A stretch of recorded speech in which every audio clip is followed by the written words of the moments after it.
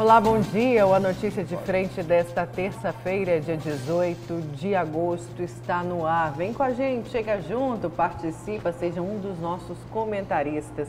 Deixa eu dar bom dia aqui ao Edivaldo Ribeiro. Tudo bem, Edivaldo? Tudo bem, Nayara? Bom dia. Bom dia. Nossa musa, né?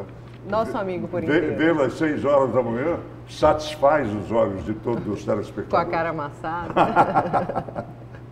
Bom dia. Bom dia, Antero. Bom dia, Antero. Bom dia, Edivaldo. Bom dia, Nayara. Bom dia, telespectador e telespectadora. Olha, deixa eu só reforçar o convite para o nosso telespectador participar aqui com a gente. Tá? O WhatsApp aí, ó, tá? Nesse cantinho aqui da sua tela.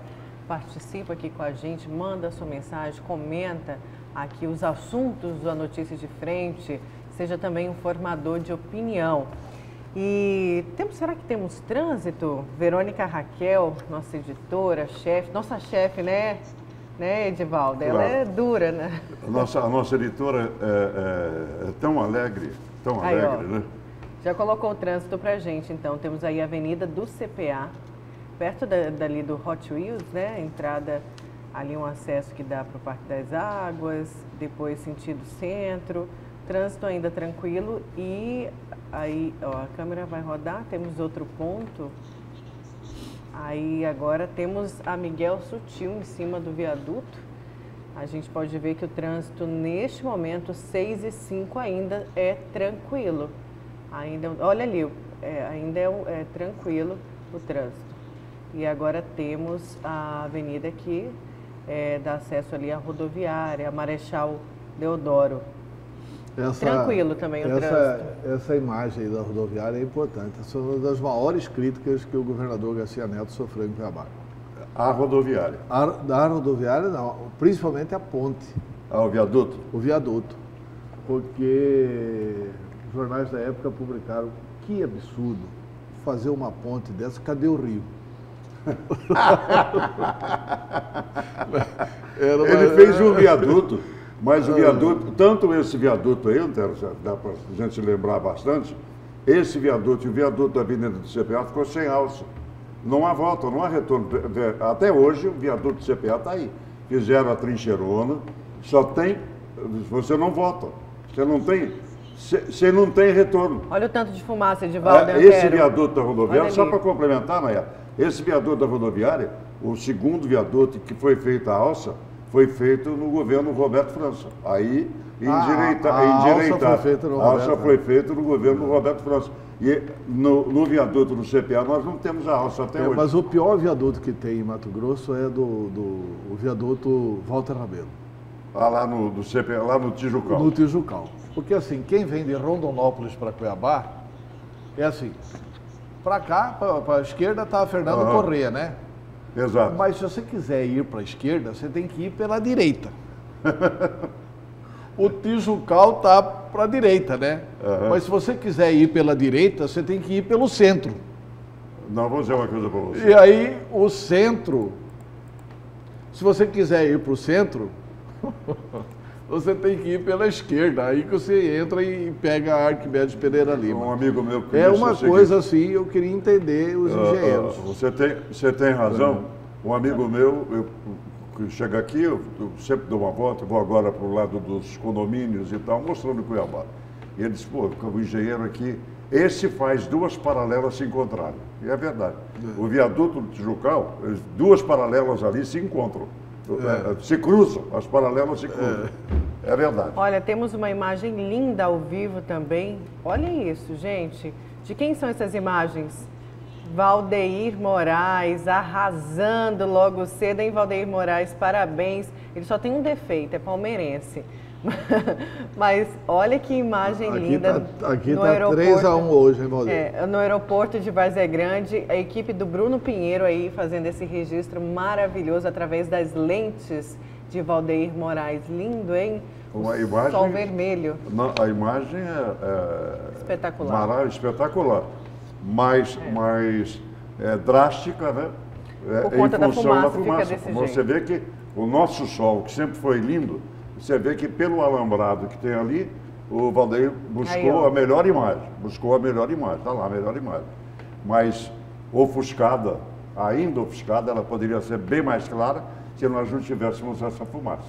Esse fumacê geral que está aqui na Grande Cuiabá. E daqui a pouco a gente vai ao vivo trazer, olha só, mais notícias aí. Temos mais trânsito com o sol também lindo através das câmeras da CEMOB.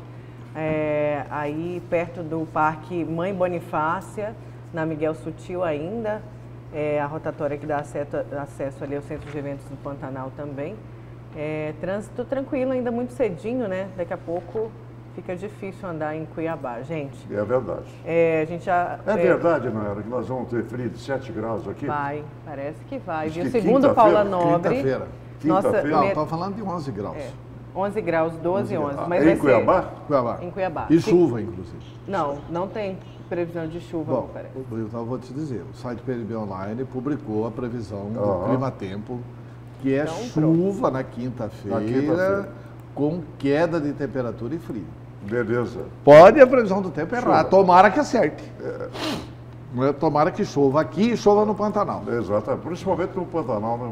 Vamos pedir É o a Deus nosso desejo. jogar água no pé da cruz para chover. Né?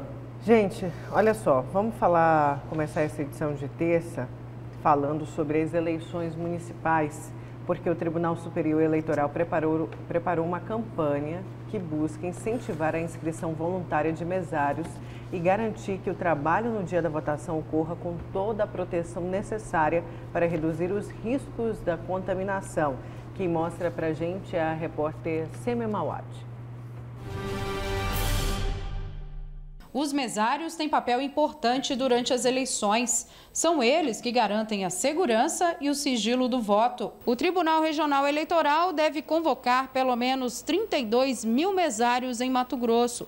E a data limite para este trabalho é dia 16 de setembro. Por isso, uma campanha para atrair os interessados está sendo feita pelo TRE. Trata-se, portanto, de um convite por parte da Justiça Eleitoral para que os eleitores em geral que estejam habilitados para atuar como mesários se inscrevam como mesários voluntários.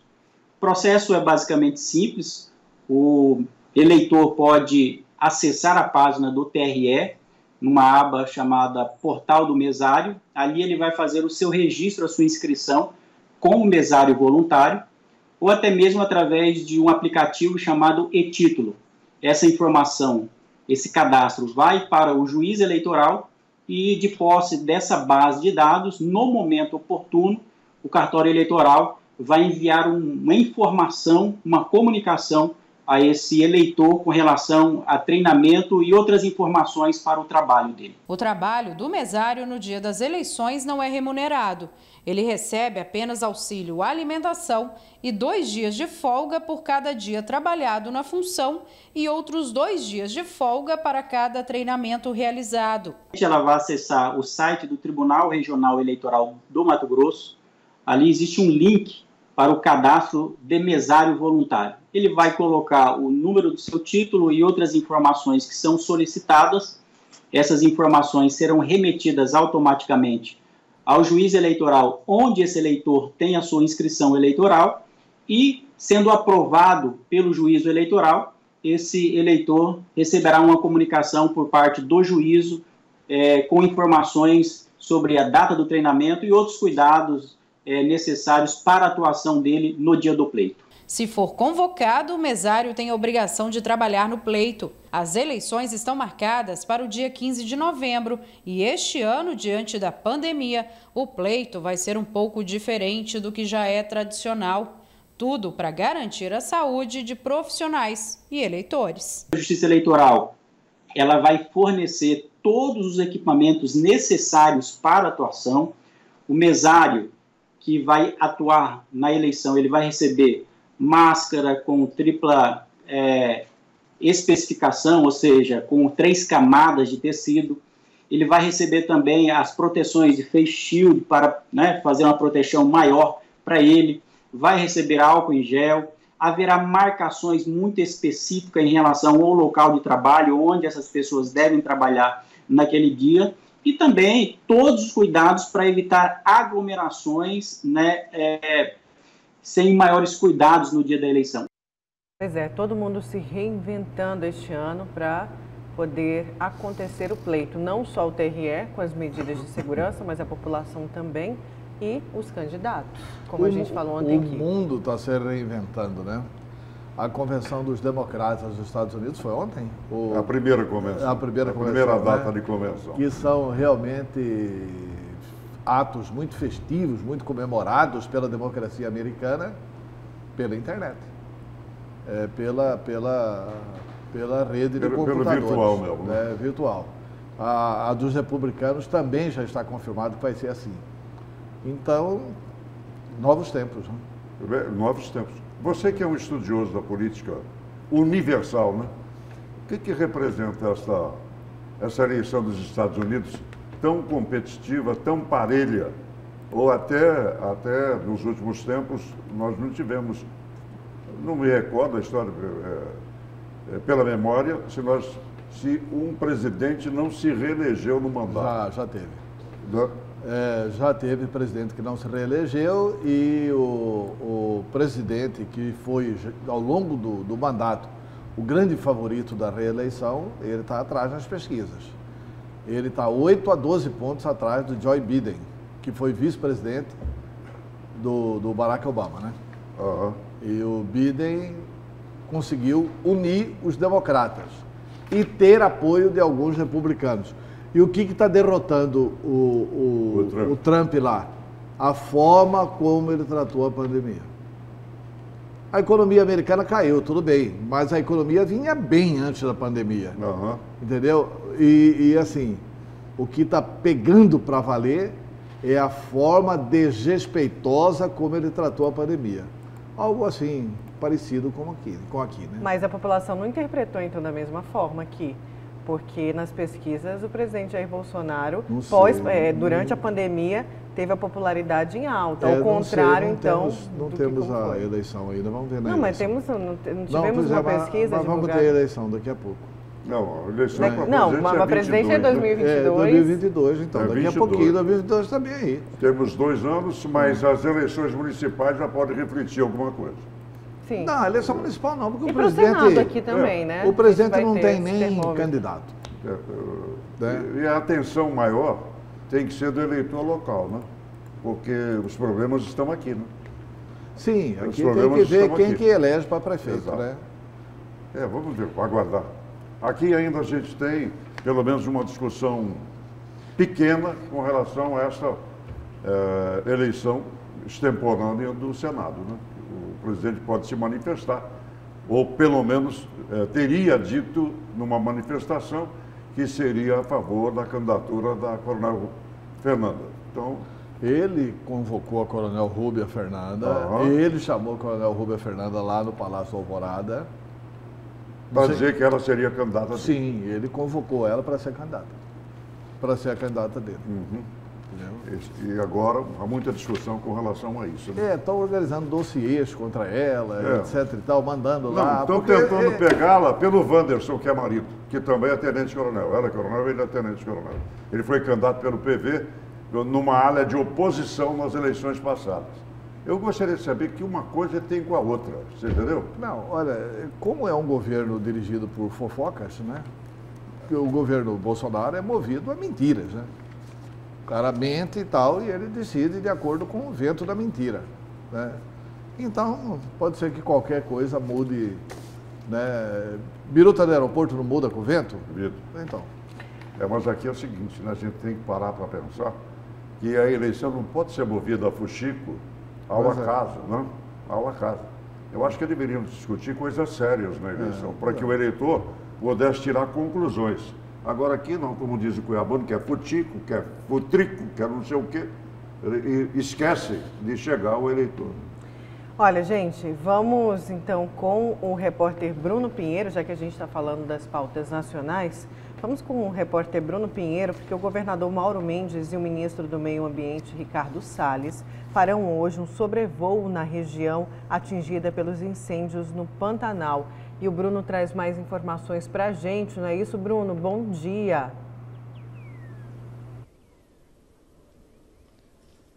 Exatamente, Nayara, Antero, Edivaldo, e a você de casa uma ótima semana. É aguardada essa visita do então ministro do Meio Ambiente, Ricardo Salles. Essa não é a primeira vez que o ministro vem a Mato Grosso. Desta vez ele vai, junto com o governador, eles vão realizar um sobrevoo. Juntos farão um sobrevoo na região do Pantanal, uma das áreas mais afetadas de incêndios em 2020.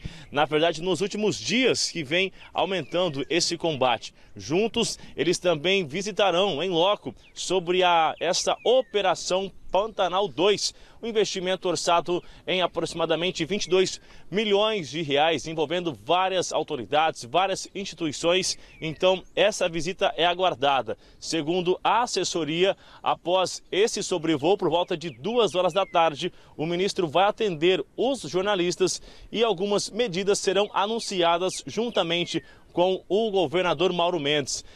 Nós estamos observando que aqui na região onde ficam as aeronaves do governo já há uma movimentação, não ao certo qual é a aeronave que vai sobrevoar com as duas autoridades, mas é claro que é um dia de muitas expectativas, inclusive saber se novos investimentos, se uma nova estrutura será anunciada para combater este incêndio que mais um ano afeta e atinge a região do Pantanal mato-grossense. Agora mesmo, quando iniciamos essa edição com a imagem do sol, nós conseguimos ver ainda muita fumaça no sol, tanto em Cuiabá, na região metropolitana, que continua afetando a nossa região.